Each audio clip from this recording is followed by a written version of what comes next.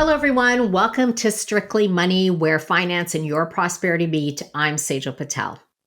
Now, if you own a home or an automobile, you know that you are mandated to get insurance. It's not optional, it's not a nice to have, but it doesn't mean it's cheap either. In fact, in 2023, costs significantly rose. And I hate to be the bearer of bad news, but it's going even higher in 2024. So, how do you manage those costs at the same time ensuring that you are getting the right coverage? My guest for today's show is Matt Hans. Matt is the Vice President of Insurance at Ratehub.ca, and he's joining me right now with his advice as well as some of the insurance trends that you need to pay attention to. Hey, Matt, thanks for joining Strictly Money. It's great to have you on. Well, thanks for having me back. I appreciate it. So it's great to have you on. It's not so great knowing that insurance costs, at least for home and auto, are going up probably next year. Because Matt, 2023 was a tough year for a lot of people. Food costs were higher, gas prices were higher, for some mortgage costs and rent costs were higher. And we know when it comes to home and auto insurance, it's not an option to opt out, right? You actually have to have it. Do you have a sense of just how much insurance has gone up in the past year, home and auto? That's the hard part to say across the board. It's not an easy answer because insurance is so individualistic and it varies by region, territory, vehicle, postal code. There's so much that goes into it, but everybody felt it, is what I can say, is that in various parts across the country, there was consistent. I looked at the pricing index. You could see inflation month over month, year over year. It was always going up. Now, various levels, it wasn't always that every month was the same increase. But if you compared it to 2022, every month in 2023 for both home and auto insurance was an increase. Yeah, I saw that. It was sometimes 4% or 5% or 7%, just comparing year over year. So yeah, certainly a lot of people were feeling the pain. Let's talk about home insurance then. What were the reasons behind the increase? Was it just because people were putting in a lot more claims, or was it because prices of homes are going up and the premiums have to reflect that, or a combination or something else?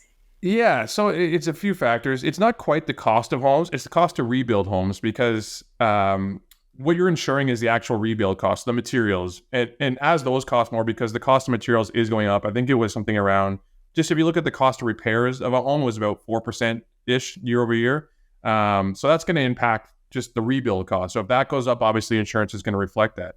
But it's a lot of other factors. And really it comes down to the volume of claims being submitted. And that really has been driven by, we want to say 100% is climate change, but a lot of climate related activities we can say. We saw tons of wildfires. Everybody was feeling it, whether they were directly or not. Our quality of air was affected across Canada. We saw lots of flooding out east, especially.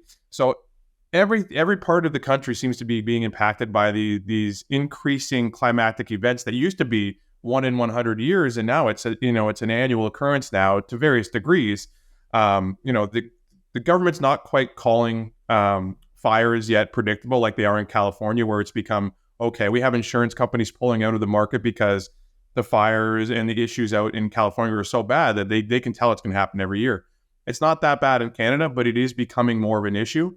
And therefore, we're seeing our prices of home insurance just rise dramatically as, like we talked about, the cost to repair the homes, or just the fact that the volume of the claims is so much. It's billions of dollars each year. I'm glad you mentioned that because, Matt, I was looking at this climate change, natural disasters, and this is the Insurance Bureau of Canada. They said that 2022 marked the third highest year for insured damage because of these weather-related incidents, $3.1 billion. And they were saying how Ontario alone, it was $340 million in damages just because of summer storms. And I know they haven't calculated the 2023 figure yet, but they're saying that it's not going to be much better. No, it could be higher. Once we tabulate the Kelowna damage, the flooding out east, and then just, Alberta felt like it was having something happen almost every month. There was tornadoes, wildfires, flooding. And then even in Ontario, there's I'm sure there is a level of damage, but everybody's feeling it. It's not isolated to one province anymore. It always felt like, okay, something's happening out west, Ontario or Quebec is fine. It feels like it's happening everywhere. So everybody's feeling it. And insurance companies that are insuring it across Canada obviously they're feeling it even more so. So if they're providing insurance in all provinces, they're being hammered with claims. I mean, it's not an answer that Canadians like to hear that, oh, insurance companies paying out money, which why we get insurance. We get Mhm. insurance so that we can have that coverage when we need it. The unfortunate side of things is that when it's happening at this level of volume, insurance companies need to figure out how to recuperate the losses in order to continue to operate at the levels they've been accustomed to. And that usually leads to increasing insurance prices. Matt, something you mentioned flooding. I thought this was interesting because I was looking on your website, and it might come as a surprise to a lot of people is that they may find it difficult to obtain proper coverage against overland flooding. Yes, yes. And that's, there's about 10% of Canada right now that's deemed uninsurable. And to be honest, that figure has been pulled from a few years ago, so it could even be higher. I don't have a recent stat. I think it was at least 5 or 6 years old now. So that stat's probably growing. And it's, with rising water levels and so on, it's just becoming harder and harder for insurance companies to say, we can't insure you. You're too much of a risk. This property is right on the edge or it constantly floods. Therefore, we can't insure you. That's why the government stepped up. Well, they're working to step up, I should say. And they've launched this thing called the National Flood Assistance Program. Now, it's scheduled to launch in 2025, and the details still haven't fully come out. But the idea of this program is to help people get affordable flood insurance, especially the areas that are deemed uninsurable, because nobody shouldn't be able to have some form of coverage, because the cost of repairing after a flood, like a flooded basement, this is like $40,000-$50,000. These aren't cheap expenses, and asking someone to do this on their own. And I saw lots of news coverage, especially out east, of just people that didn't have home insurance coverage, didn't have overland water insurance coverage, couldn't get it, and their homes were completely flooded, and it's up to them to repair or to live with the Mm. consequences. Right. And they weren't expecting these changes, No, right? So God, no. you can't really blame them. Yeah. So you or Ratehub.ca think prices, at least when it comes to home insurance, is going to go up. And Indeed. I thought that was interesting because we have seen inflation come down. It's Yes. subsided a bit. So what are the trends? Like why is that going to happen? I think it's just still catching up to the volume of claims. It's nice to see that inflation's going down, and the issues we had coming out of the pandemic with supply chain issues are largely being resolved. But we're still seeing costs go up. Cost of labor isn't going down. I mean, the cost of living is going up. Therefore, people need to make more money to afford the things like groceries or just even insurance, as we're talking about, right? So the cost of labor isn't really decreasing, and the volume of claims are still occurring. And like we even said, the cost of repairs were up 3.5 to 4% this year. So it's really a bunch of these trends that are kind of coming all together. But to me, the biggest issue really is the volume of claims and the comprehensive claims we're seeing that are related to weather-related incidents.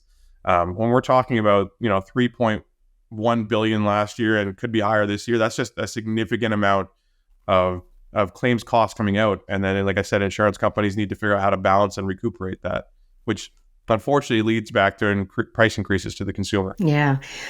So, what should homeowners pay attention to? Should they be looking at? I assume that they should be relooking at their policy. Every year, evaluating, do we have the right coverage, the right level of coverage? Maybe they in the past have chosen not to take on water coverage, overland water, and they could still get it. It was just a personal choice at that time, saying, "Oh, we've never had a flood, we shouldn't worry about it." That might be something you want to revisit, given the type of weather we're experiencing the last few years. Not having overland water coverage if you can get it, it doesn't seem like the smartest choice at this time.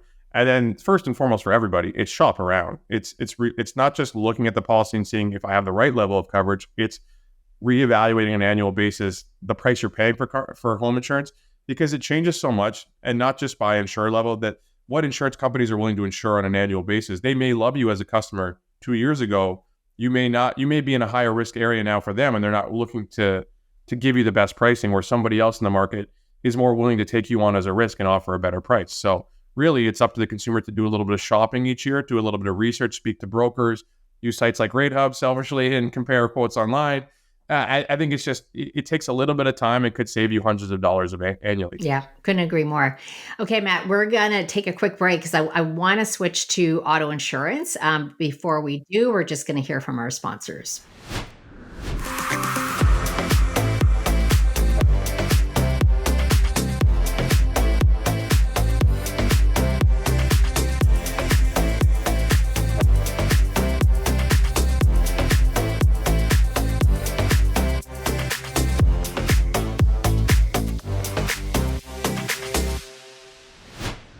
Welcome back. I'm here with Matt Hans of Ratehub.ca. Matt, let's talk about auto insurance. This is one, especially when it comes to auto thefts, right? It gets me riled up. I think it gets a lot of people riled up because we're trying to do all the right things. And then, some jerk or some gang comes along and steals the car, and we're kind of all paying the price for it, even though I know it's just a car.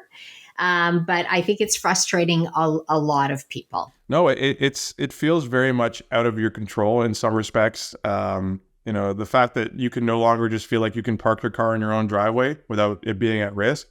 It's crazy times we're living in, or going out even to the mall and just seeing how quickly people can steal your car. It's technology, really. We've made cars so technologically advanced, and we made it so easy and comfortable for us to get in and out of our vehicles. We don't even need our keys sometimes. Our hands can unlock our vehicle. It's honestly almost made it so easy now, because they can use technology to now enter and steal vehicles just as quick. And the money they can make by shipping them overseas is insane. So unfortunately, Canadians are now seeing unprecedented levels of theft. Previously, this was a big issue in Quebec, and now we're seeing it, flow across country, and especially in Ontario has been a massive problem. And we've seen lots of news coverage throughout the year. And really, we're seeing that it's causing the insurance industry to think outside the box. So in Quebec, they put this program called TAG, which it's a way of etching basically a tracking into your car, and it's really helped them reduce the levels of theft in that province. Ontario is now starting to adopt this. So we've seen it kind of slowly been integrated, and I suspect each carrier is going to adopt this. It just seems, why not? The only reason why you couldn't have it on your vehicle is if it's like a financed or leased vehicle, because it voids the lease. They don't want anything etched in the vehicle. But for your own personal vehicle, a lot of insurance companies are mandating that you need to have TAG.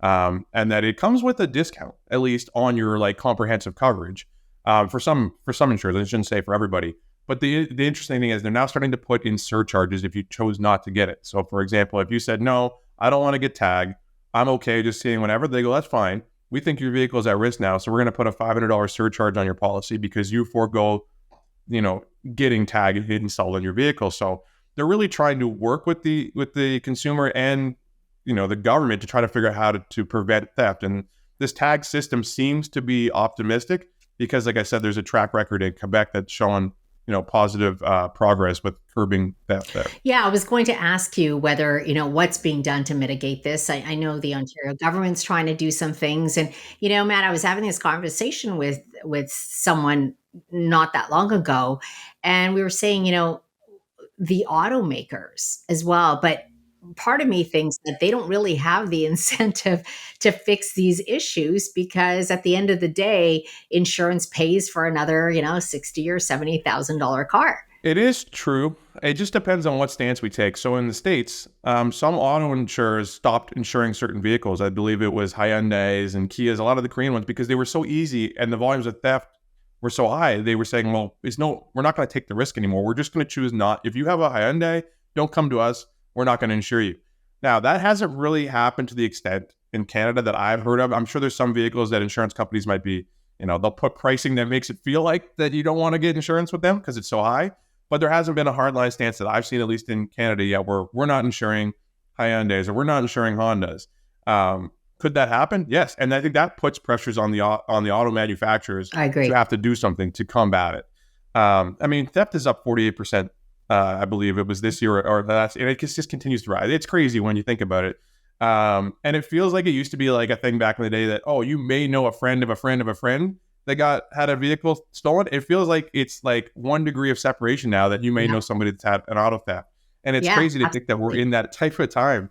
The only other thing that really is the government's now trying to invest here. I think they're putting a level of money. I think it's 21 or something like $10 billion or something like that. The number is escaping me right now. I don't want to give the wrong, but the government I'm is not trying sure the number either. Yeah, and they put this thing called Preventing Auto Thefts, or PAT. They put together this program, and they're investing in 21 various projects to help reduce the levels of theft in Ontario. We'll see to what extent it really has. To me, the tag system and then things that consumers can do themselves, like, parking in areas that either are protected. Like if you own a garage, making sure your vehicle's put in the garage.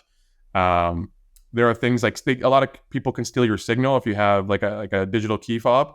So they're saying like you can get Faraday boxes or like basically iron lock boxes, and that blocks the signal.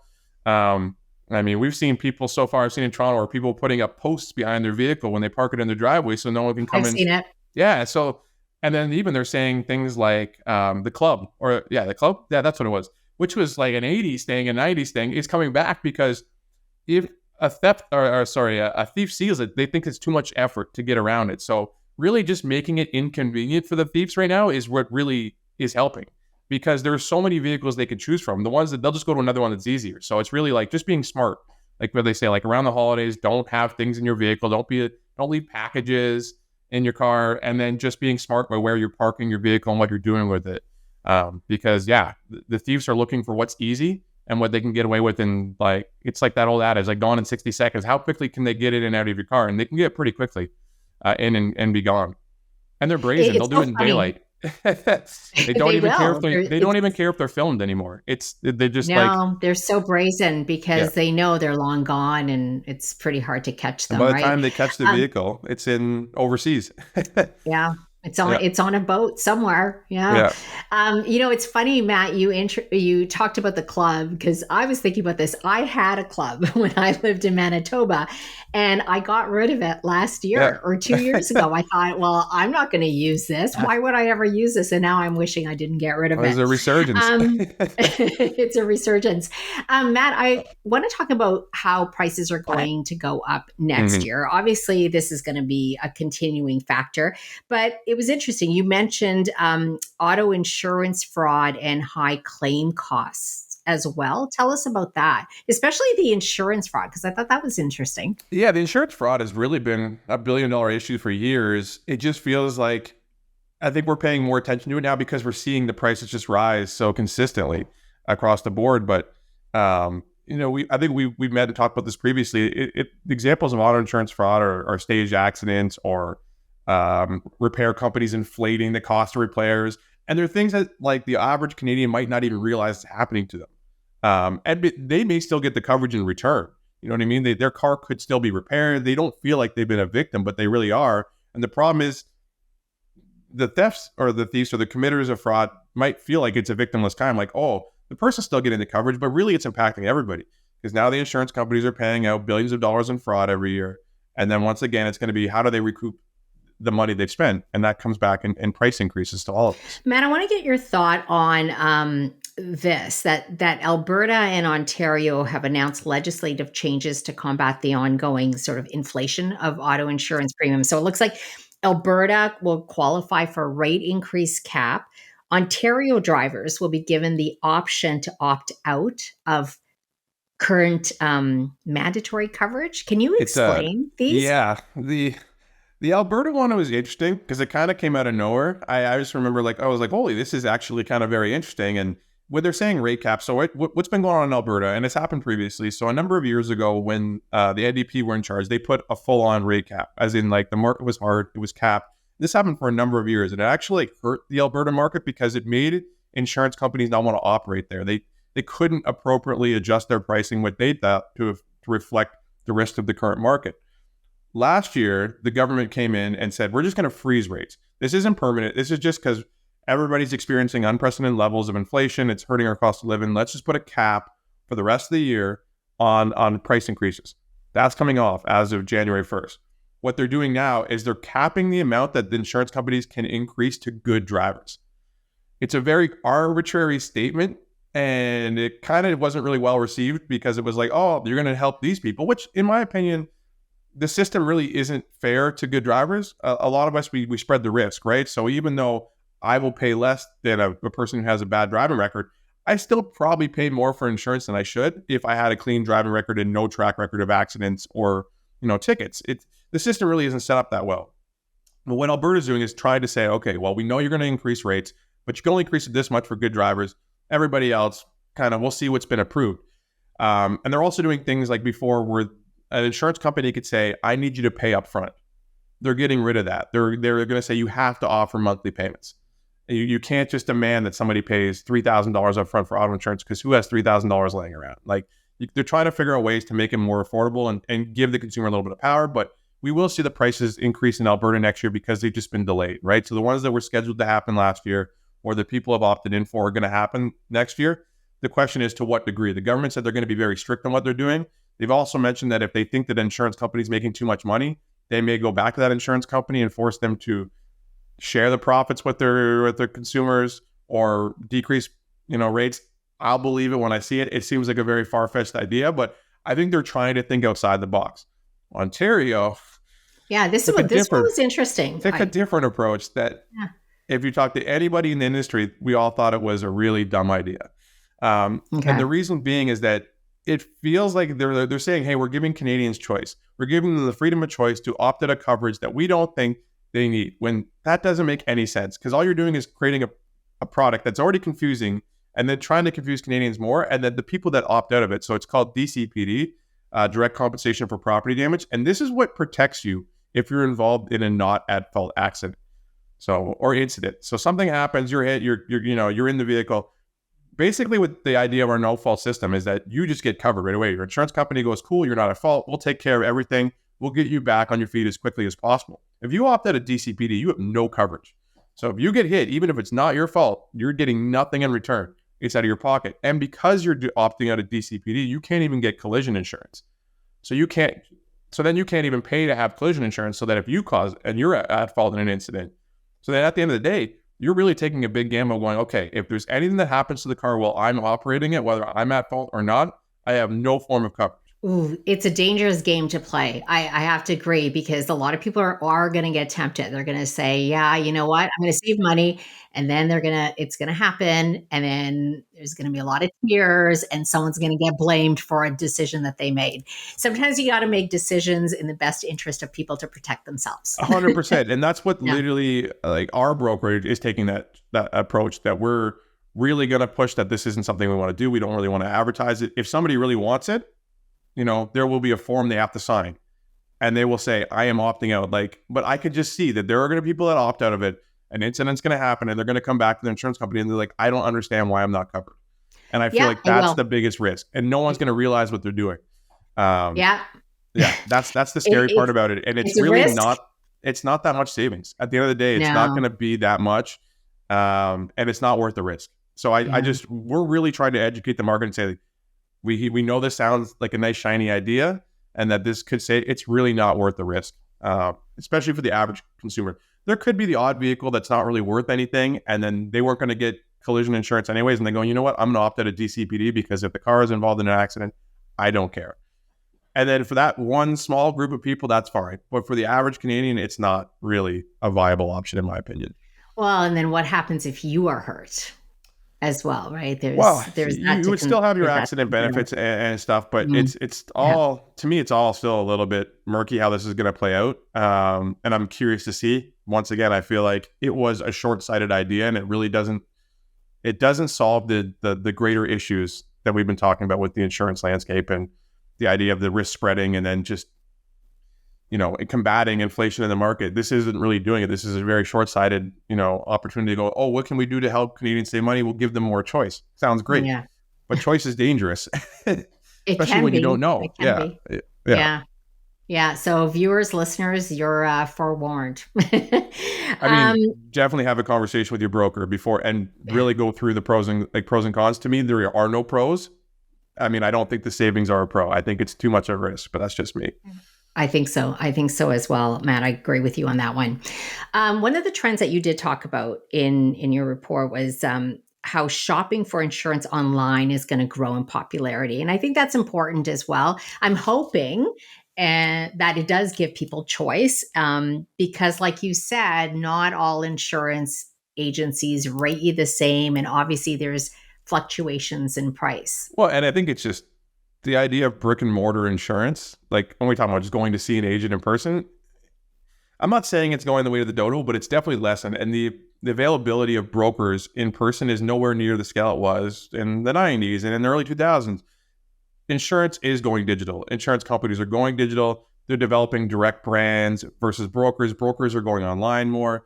It's just a way with engaging with consumers. People want freedom of choice, and they want flexibility and ease of use. And if you're not online, you're not really giving yourself a chance to get in front of the consumer. So the ability for a customer to shop online and compare the market with ease is what we're trending towards, and especially with what I say, like demographics changing over and age groups. People are growing up with technology, are expecting that that's the type of experience they want.